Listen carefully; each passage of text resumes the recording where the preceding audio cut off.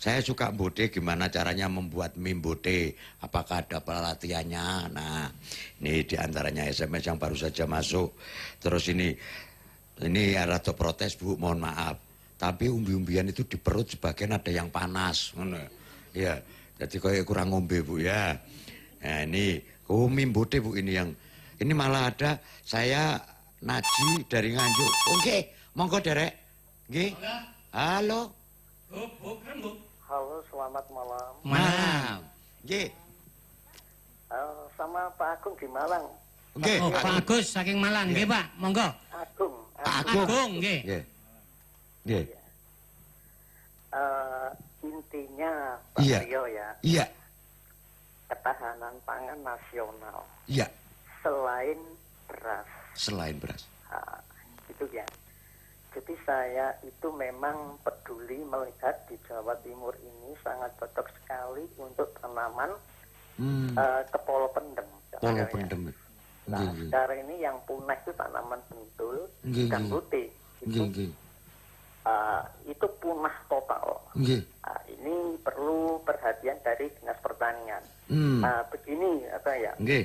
Sehubungan dengan Jawa Timur ini memang cocok sekali untuk kepolo pendem sebagai pengganti untuk makanan selain beras ya. Nah ini yang saya tanyakan Pak Priyo ya, khususnya Dinas terkait pertanian ya dan pemerintah supaya didengar banyaknya lahan yang cocok untuk tanaman kepolo pendem ini. Itu yang dikuasai pemerintah atau negara, banyak yang disewakan, dialihkan ke tanaman yang mungkin kurang menunjang tanaman pangan nasional. Itu begitu, terutama di Malang, di Desa Tangkilsari, Kecamatan Tajinan atau Singosari Malang. Bahkan di seluruh Jawa Timur itu kosong gundul total. Pak Agung, nuwun sewu, ngelengkapi komunikasi ini nanti selain telepon sama SMS kan nama sampean sehingga nanti bisa memberikan jawaban kepada jenengan gitu ya. Iya betul Sip, Pak. matur sembah nuwun Pak Agung. Nggih. Ya Allah, barokah temen. Dulur, enten dadi polo pendemi kabeh enak dipangan kecuali siji mayit. Ya. Artinya aja kaya Sumanto. Aja mbanyol iki serius kok. Nduk. Jenenge gubuk rembug ya. Rembukan gak adik tukaran, gak adik debat. Dewe dibahas. Pak, saya langsung dulu ya ke sana ya Pak ya. Nanti yang pelatihan jenengan dulu. Kembali lagi, gimana caranya ngilangi gatel mbote barang sampean yakin kan? Sebab mbote itu gatel terus di perut kok panas. Sama yang lahan tadi Pak Agung mungkin direspon sama jenengan. Monggo diawali dari Bu dulu. Monggo Bu Tutut.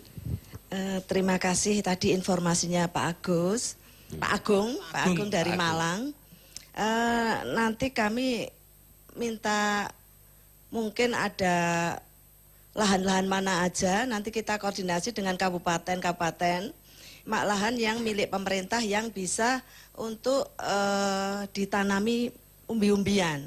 Memang kita cari lahan, karena di BKP ada program untuk pemanfaatan pekarangan, yaitu dengan KRPL tadi, Kawasan Rumah Pangan Lestari, dan juga Karangkitri serta pengembangan umbi-umbian.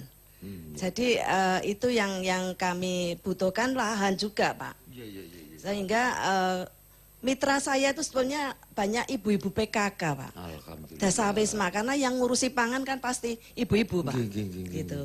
Nah kemudian BKP juga mengembangkan Pak untuk supaya tidak makan pohung atau telo, kami membuat beras cerdas Pak. Jadi beras cerdas ini bahannya bisa dari singkong. Bentar Bu. Nek iki ono rewame beras plastik, iki beras cerdas, iki bahannya yang atom. jelas ini sehat. Engko ndang atom, tutup plastik ya Bu ya. Ini beras cerdas ini sehat, enggak ada plastiknya. Bahasa beras cerdas monggo didefinisikan. Cerdas karena inovasi daripada pangan lokal. Jadi kita membuatnya bentuknya seperti beras. Cara memasaknya juga seperti beras. Gitu. Jadi memudahkan para ibu-ibu untuk memasak beras cerdas.